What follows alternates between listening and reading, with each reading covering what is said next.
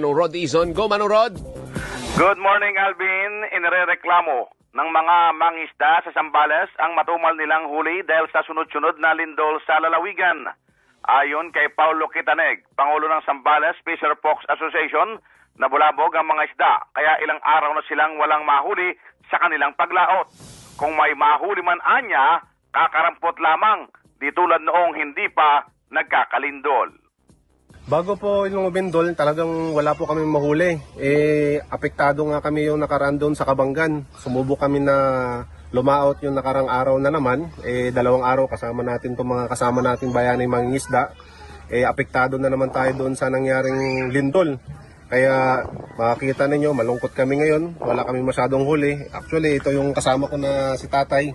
Yan din po yung mga nauwi natin sa pamilya natin. Dahil apektado tayo ng sunod-sunod na lindol dito sa Zambales. Kaya apektado din yung pangingisda natin dito sa West Philippine Sea. Sa kalakasan ng pangingisda, ano po yung mga nahuhuli nyo rito? Sa tunayan po, may gulyasan po tayo, may yellowfin, may galunggong, may mataan po.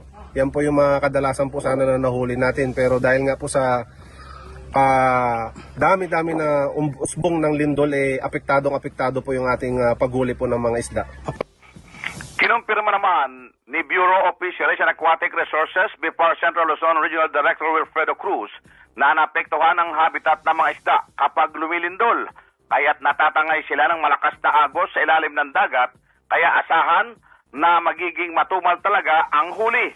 Panawagan ngayon ng mga mangisda, matulungan sila ng national government, lalo't 28,000 ang mga mangisda sa Zambales ang araw-araw na umaasa sa biyaya ng karagatan.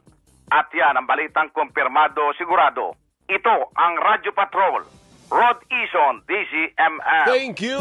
Maraming salamat, Manong Rod Izon. Thank you, Radio Patrol. Basta't may nangyari, nakareport agad sa